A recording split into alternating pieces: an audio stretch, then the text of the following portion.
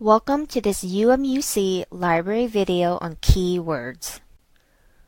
To find information in library databases, you need to choose keywords to enter into a database. Keywords help you plan your research and search for resources. Your initial keywords will usually be the main ideas from your research question. Let's focus on the research question. What are the effects of using social media in the online classroom? By looking at the research question, we can see that the keywords are social media and online classroom. Next, brainstorm related words. Use a thesaurus or the database record of a relevant article to find synonyms or other related words.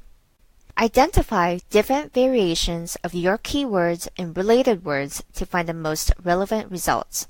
For example, we have the synonyms Facebook, Twitter, and LinkedIn for social media.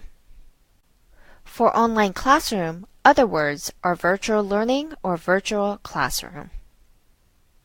Remember, vague words such as effect or impact are of secondary importance in a research question. These words are not main ideas.